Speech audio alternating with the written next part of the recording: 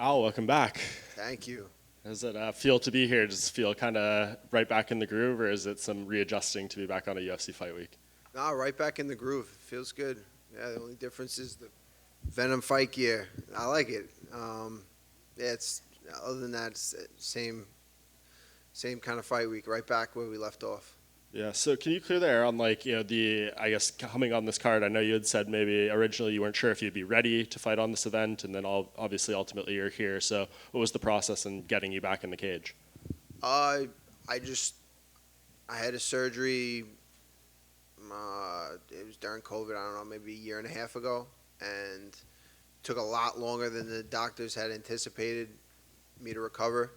So I didn't know what was going on. Nobody knew what was going on, why I was feeling the way I was feeling. But I just pushed through it. I just, it was tough, but I every day just kept going. Started to feel good.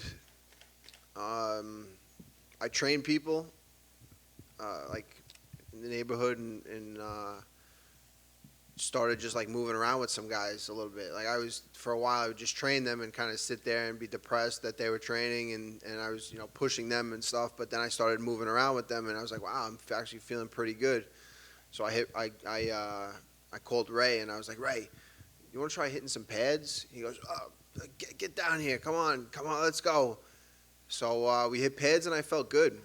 And it was maybe a couple weeks later that.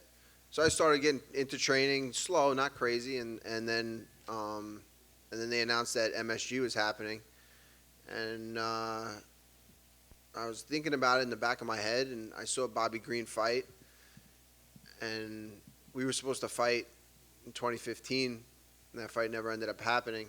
So in my head, I was like, oh, Bobby Green, he didn't win the fight, but I honestly thought he won the fight. It was a great fight. He came on strong at the end. And then the next day, my manager texted me that UFC just offered you Bobby Green at MSG. And I was like, I'm perfect. I'm in. So it all kind of just like came together at the right time. It was, it was like, just that's how it came together, and it worked out really good. Was there any moments of doubt? Like, did you need to come back and fight again, or if it didn't work out and that was the end, would you have been satisfied with what you did, or do you feel like there's still unfinished business when it comes to what you want to accomplish in the sport? I don't. It would have been whatever it was. I don't think I would. The whole time I wanted to come back, but if I couldn't, I was gonna do whatever I was doing. The reason I was pushing myself through physical therapy is first I just wanted to feel good as a human being walking around living life, but then I just wanted to. This is who I am. I'm a fighter at heart. So.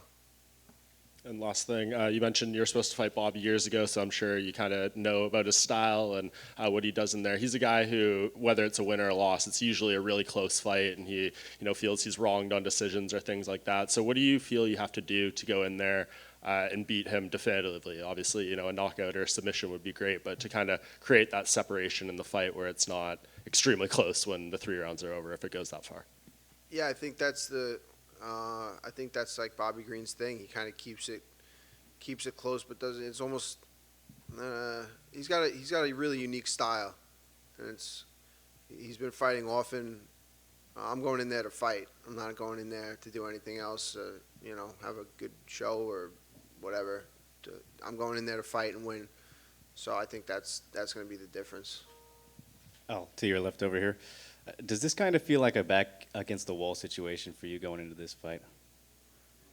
Not really. It kind of feels like a second chance. I feel like I'm not probably a lot of fighters probably wouldn't made it here, being through like the injuries and stuff. So I'm gonna go out there and just I really don't care. It's gonna be fun either way. It's Madison Square Garden. It's this is I don't know if this is like. It's cool that this is happening, so I'm embracing it all, and it's going to be fun. Are you hoping to be a little bit more active, going forward now that everything's all good? Yeah, absolutely. Yeah, definitely. This is where I want to be. Best of luck, man. Since your last fight, there's been kind of a lot of influx in the lightweight division. So what do you make of the state of the 155-pound division with all the new additions and a lot of fighters have retired or changed weight classes? Yeah, it's wild. It's an exciting division. The end of the year is going to be really exciting. You got the Gaethje Chandler on this card, Dustin Oliveira, good fight. Makachev Oliveira would be a good fight. You know, that's a good fight. Yeah, Dustin, Makachev, all these guys. You know, it's an exciting time at the end of the year. I think the next year is going to be big for this division. So How do you see Poirier and Oliveira playing out next month? I have no idea. I don't know. It's yeah. Oliveira, I feel like in the past maybe Oliveira would have you know, he had his weakness was like in the like as a Aljo. It's my time, man.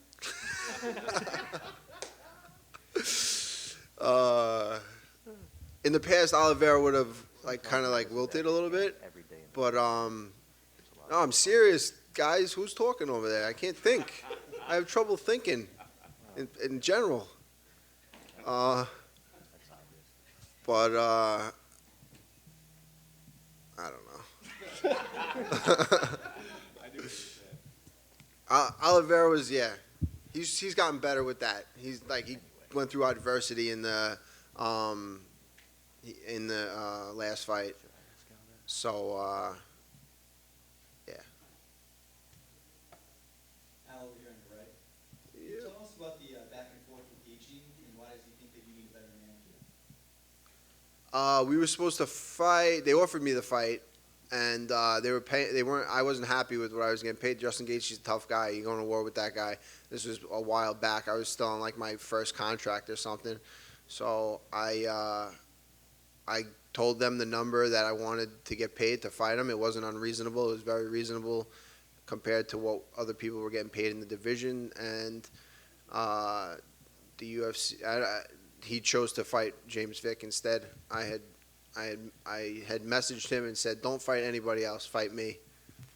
Tell him you're only fighting me." And then he fought James Vick, so it worked out for him. But Right, so you mentioned that he ended up fighting James Vick instead of you. Is it safe to say that a fight with Justin Gaethje is something that you're looking forward to down the line? absolutely, I think that'd be a great fight. The funny thing is, he's managed. My manager is the same, is managing Michael Chandler, who he's fighting. So after tonight, if we fight again, it'll be maybe 0-2 against Dave Martin and Martin Advisory Group, the best management in the world.